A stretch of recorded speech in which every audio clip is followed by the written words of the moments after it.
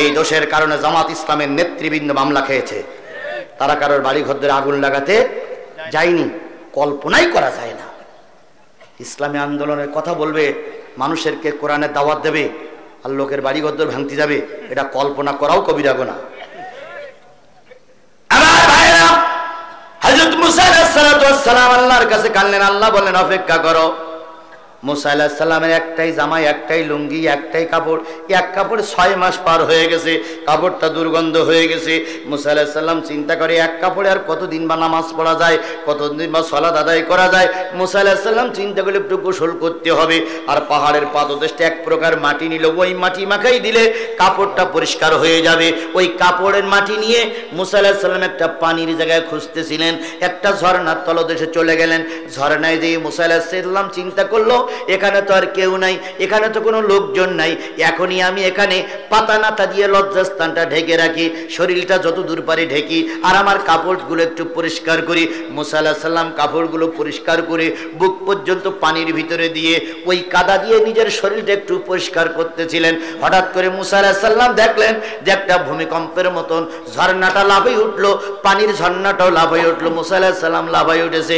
মুসা আলাইহিস সালাম লাফানো অবস্থায় একটু উঁচু হয়ে পিছন দিক তাকাই দেখে যে পাহাড়ের পাদদেশে, যে পাহাড়ের গায়ে কাপড় শুকাইতে দিয়েছিল, সেই পাহাড় নিজে নিজে চলে যাচ্ছে। মুসা আলাইহিস সালাম বলতেছে, এই পাহাড় এ কি করলি, যাস কই? তুই কি জানিস না যে আমার কাপড় নিয়ে গেলে আমার তো আর কাপড় নেই, এক কাপড় আমি ঘুরতেছি, কাপড়টা পরিষ্কার করতে দিলাম যাতে করে আমার একটু দুর্গন্ধ দূর হয়, অথচ তুই কাপড় নিয়ে চলে যাচ্ছিস। তুইও কি ফেরাউনের মতন বাড়াইছিস? ফেরাউন তামার দেশে হুলিয়া জারি করিস, আমার এই নেই সেই নেই, এই করি সেই করি, তুইও কি তাই করলে? পায়ে থমকে দাঁড়িয়ে বলতেছে, মুসা তুমি তোমার কাজ করো, আমি আমার কাজ করতেছি। মালিক আমারে বলেছে কাপড়গুলো চুরি করে নিয়ে ফেরাউনের দরবারে হাজির হ। ক্ষণিকের জন্য মুসা আলাইহিস সালাম চিন্তা করতে, পাহাড়ও আমার বিরুদ্ধে চলে গেছে, তাই মনে হচ্ছে না ভাই? কিন্তু এর ভিতরে যে বরকত আছে ওটা মুসা আলাইহিস সালাম তখনও পর্যন্ত জানতে পারি নাই। আমাদের নেতাদের যখন ফাঁসি হলো, আমরা তখন টুকরে টুকরে কেটেছিলাম আর বলেছিলাম, আল্লাহ তোমার কি একটু দয়া মায়া নাই? তুমি আমাদের নেতাদের ফাঁসি দাও। তুমি কি আমাদের কান্না সহ্য করতাম? কান্না দেখো না। আল্লাহ কয়, বান্দারে তোর কান্না শুনেছি বলে নেতাদের ফাঁসি দিয়েছি। নেতার রক্ত জমিনে পড়েছে, এবার এই রক্ত কোরআনের জমিন হয়ে যাবে। আল্লাহ সাইদির রক্ত যদি এই জমিনে না পড়তো, এত ইসলামী আন্দোলন চাঙ্গা হতো কিনা আমি জানি না। বড় বড় নেতাদের রক্ত জমিনে পড়েছে, জমিন চাঙ্গা হয়ে গেছে। কথা বলেন ঠিক না বেঠিক? এখন এই চাঙ্গাটা ধরে রাখার জন্য সুষ্ঠু নির্বাচন হবে, কোরআনের পক্ষে রায় দেব। আল্লামা সাইদি বলেছিলেন, আমার শেষ স্বপ্ন কোরআন দিয়ে দেশ চলতেছে, আমি একটা বারের জন্য দেখতে চাই। তাহলে আল্লামা সাইদির নিচ্ছে আমরা ভালোবাসি। কথা বলেন ঠিক না বেঠিক? এই ভালোবাসার বহিঃপ্রকাশ ঘটানোর জন্য আগামী নির্বাচনে সাইদি পক্ষের সৈনিকদেরকে ব্যালট পেপারে সাপোর্ট দিয়ে কোরআনের রাজ কায়েম করে আল্লামা সাইদির রক্তের প্রতিশোধ দিতে হবে। কারা কারা রাজি আছেন? দুই হাত উঁচু করে দেখান।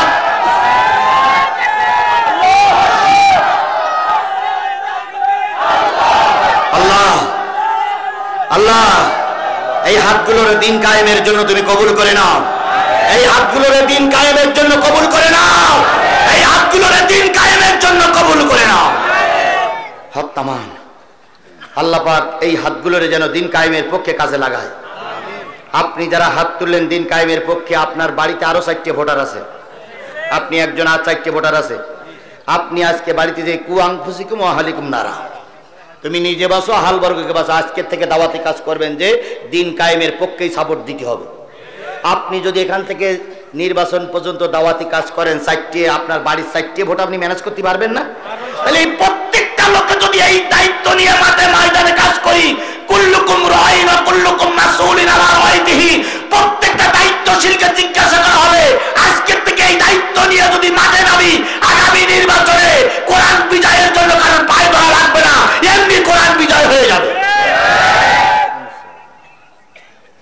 সব বক্তাগুলো এখন কিছু কিছু বক্তা বিগত 13-14 বছর কিছুই বলিনি, এখন মঞ্চে উঠে যখন কথা বলে তখন মনে হয় ওরাই হইল রাজমিস্ত্রি আর আজিজুল ইসলাম জিহাদি হইল জোগাড়ি। বিগত 15টা বছর কি কষ্ট করে আমাকে এই বিলকসির থেকে যেতে হয়েছে কেউ না জানলে আমার ছোট ভাই সোহেল জানে, শামীম আইছে না, শামীমও জানে কত কষ্ট করে আমাদের এখান থেকে বেরিয়ে যেতে হয়েছে। চারিদিক ব্যারিকেড। আমি আল্লাহর এই বান্দার জন্য বড় বড় মাহফিলে যেই দোয়া করি আল্লাহ তার হায়াতে তৈয়বা দান করুক। আমাকে শুধু বলতেন জিহাদি ভাই আমার লোক আছে, আপনি টেনশন করবেন না, আপনি কথা বলুন, আমি লোক ফিট করে রাখতেছি। মঞ্চের থেকে টুপ করে বলতেন আপনি এই পাশটা বেরিয়ে যান, বেরিয়ে যেতাম। ছেলেরা যে কিভাবে কষ্ট করে আমাকে পার করেছে সেই দিনগুলো, সেই ইতিহাসগুলো যখন মনে পড়ে তখন ব্যালেন্স ঠিক রাখতে পারি না। নেতারা আমাকে বলে ঠান্ডা মাথায় কথা বলেন, আমিও ঠান্ডা মাথায় কথা বলতে চাই, কিন্তু অতীতের ইতিহাস যখন আমার হৃদয়ের ভিতরে জেগে ওঠে তখন মনে হয় ওদের ছিঁড়ে খেয়ে ফেললেও আমার রাগ পলায় না, কারণ কম কষ্ট ওরা আমাকে দেয়নি। কথা বলেন ঠিক না বে ঠিক? পাশে একটা মাঠে মাহফিল হয়েছিল, কোন মাঠে জানো বড় ভাই? বিশাল মাহফিল। পুলিশ এসে বলল জিহাদিরে উঠতে দেওয়া হবে না, বড়া। হ্যাঁ হ্যাঁ, পুলিশ এসে বলল উঠতে দেওয়া হবে না। আমরা টার্গেট নিলাম 5 মিনিটের জন্য হলেও মঞ্চ উঠবো। 5 মিনিটের জন্য সোহেল ভাই বলেন আমি মঞ্চে যাচ্ছি না, আপনি মঞ্চে যান, দেখি আমি কোন জায়গায় ট্যাকেল দিতে পারি। সোহেল ভাই একটা ঘরে নিয়ে আমাকে বসালেন, খাওয়া দাওয়ার পরে মঞ্চে তুলে দিলেন। মঞ্চে তুলে যাওয়ার পরে আমি কান্নাকাটি করে মোনাজাত করে নেমে আসলাম। পুলিশ খুঁজতেছিল আমাকে। সোহেল ভাই যে কোনো কায়দা আমাকে ব্যারিকেড দিয়ে অনেক দূর, সে জায়গার নাম আর না বলি, দূরে আমাকে বের করে দিয়েছে। এত কষ্ট করে আমাদের এই বিগত 15টা বছর কোরআনের মাহফিলের কথা বলতে হয়েছে। আর এখন অনেকেই উড়িয়ে এসে চিল চুড়ে গেছে বিল। কথা বলে ঠিক না বেরি? অনেকেই আল্লামা সাঈদীর জন্য আনন্দ মিছিল বের করেছিল, অনেকেই আল্লামা সাঈদীর ফাঁসির জন্য সরকারকে উৎসাহ দান করেছিল। তারা এখন যখন বড় বড় কথা বলে আল্লামা সাঈদীর আত্মা কষ্ট পায়।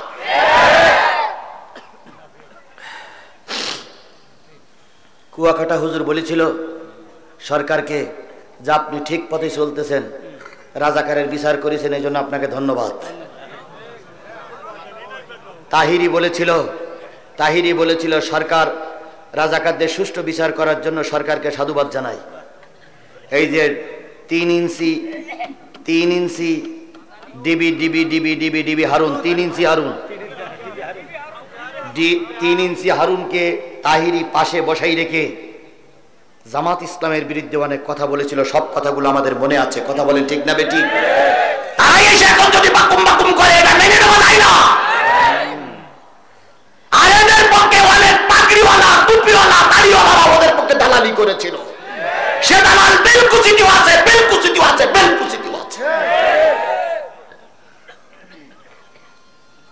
আমি আর ওদিক যাইয়ে বেলকুচির মানুষের খেবার চাচ্ছি না, কথা শেষ করে, যেহেতু 12টা পর্যন্ত সময়, 12টা বেজেই গেছে। আসলে আমি মোটে সময়ের দিকে মোটে কুলই পারিনি, এই হলো আমার দোষ।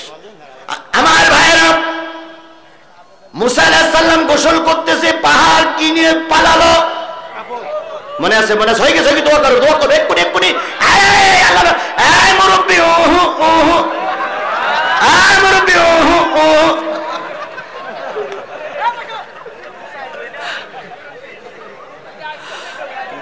সে মনে আছে? মনে আছে তো? বাস, কিছু ভাইরাল হয়ে রয়েছে। তাহিরি একসময় হজ করতে যাইয়ে, না তাহিরি না, ওই কুয়াকাটা হজ করতে যাইয়ে কি বলেছে, এরকম একটা ছোট্ট ছেলে সামনেতে বলতেছে জয় বাংলা, জয় বাংলা স্লোগান দিয়েছে কুয়াকাটার মাহফিলে। কুয়াকাটা থাকলো থাম, পাশে তো একজন বলছে আপনি তো জয় বাংলার লোক, কুয়া মিছিল করছে তো আপনার সমস্যা, আপনি তো জয় বাংলারই লোক। মান সম্মান এদের জুতুলও যায় না। কথা বলেন ঠিক না বেঠিক? এরা মনে করে আমরা বিরাট সম্মানী। আজারির ব্যাপারে একটা বাজে মন্তব্য করেছিল, মনে আছে না আপনাদের? আজারি, হ্যাঁ, আজারি যেদিন মাহফিল করলো, আজারি মাহফিল করে তার পরের দিন কুয়াকাটার মাহফিল। আজারি বলল আজকে তো এই বিশাল সমাবেশ, কালকে আমাদের বাংলাদেশের একজন নামকরা হুজুর আসবে, উনি আসলে তো লক্ষ লক্ষ লোক হবে, সব তো ট্যাকেল দিতে পারবেন, আপনারা কালকে একটু সতর্ক থাকেন, উনি আসলে যেন কোনো কষ্ট না পায়, উনি আমার দিনী ভাই। কত সুন্দর মধুর মাখা বক্তব্য দিয়ে গেল। আর পরের দিন মঞ্চে বসে বলতেছে ওরে বাটপার। কথা আপনাদের মনে নাই?